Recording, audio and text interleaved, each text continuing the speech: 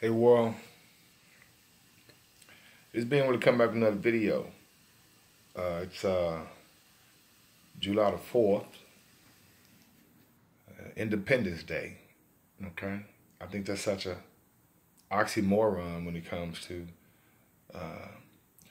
the conditions of a lot of Americans here in reference to the living arrangements, as far as homelessness. Okay, and you know the psychological status as far as veterans that come back to this country after being deployed. Okay. I just think it's interesting that, on this day where it's supposed to be a day of, because you gotta realize July the 4th is the number one holiday for Americans because this holiday represents their independence. Now, from who? That's the question, because I know that war was supposed to be between the United States and Britain, right? But to this day, the most popular artists, the most popular actors, are all from Britain. How does that work?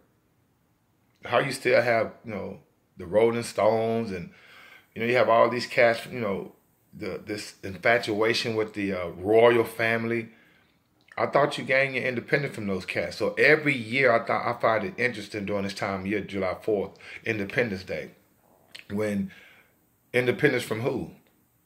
When England has such a huge influence over things that go on over here. And we know it. Let's keep it 1,000. And so I wanted to bring this video because it's interesting that there's always someone given to the black community as a voice, as our quote-unquote voice of reason, protector. When did Colin Kaepernick become the protector of and the voice of black people? When did we become that sensitive where, Nike can put a shoe out and have the American flag, or, on the back of it, of the back of the shoe, have the American flag logo, and it's the 13 stripes, okay, the first flag. And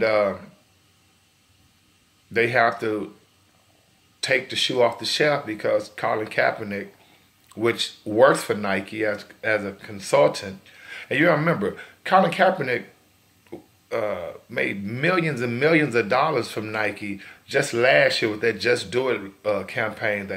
And he actually, with that campaign, Nike sales grew 12%, right? Now, the millions and millions of dollars that Colin Kaepernick received from Nike, right? And just recently, a couple of months ago, the NFL just settled out of court with Colin Kaepernick, because you remember he sued the NFL for his inability to get on a team, or a team not picking him up, and he sued the NFL and won. And so they didn't disclose the amount of money that he received in that settlement, but it had to be substantial. And so he had millions of dollars in the settlement with the NFL. He's paid millions of dollars from Nike.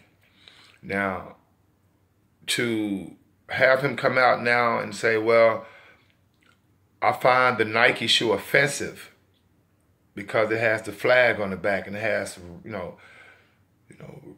some racist ideology behind the flag. We're not that sensitive, okay? If you want to talk about something that's a disparity in this country that's going to actually benefit Afro-melanated people, we don't care about no tennis shoe, okay?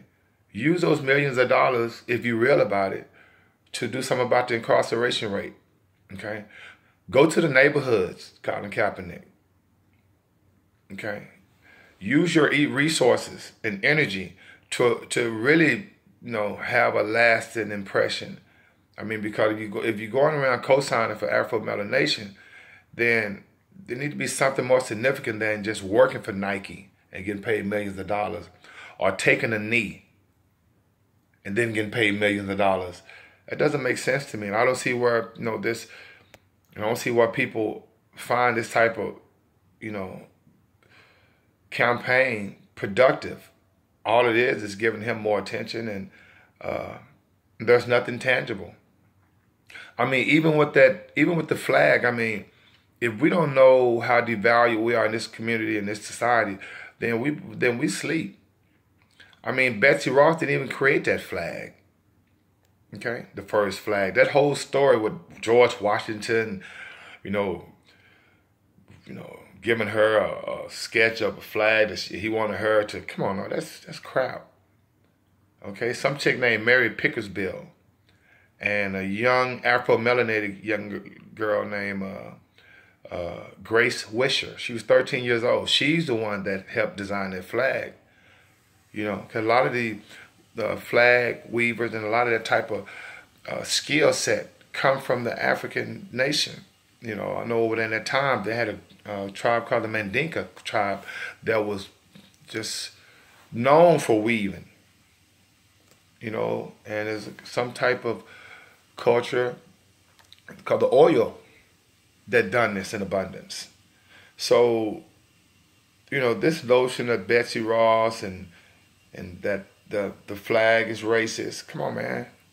The flag was designed by a little Afro-melanated young girl named Grace Wisher.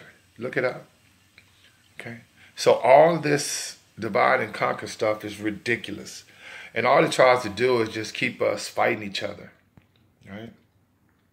Don't fall for it. I mean, it's obvious. I mean, there's no good intentions. Because remember, without justice, it's just us.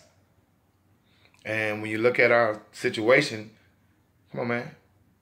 I say pay yourself first and try to put yourself in a better financial situation. And help your family and friends, because one reach, one teach. And we're not going to do it by ourselves, because too long we've been a nation of me's and instead of a nation of we. And then you get cats like Colin Kaepernick that's supposed to represent us. That's ridiculous. With no substance, with no action. All right. So, I just want to come back, a quick video.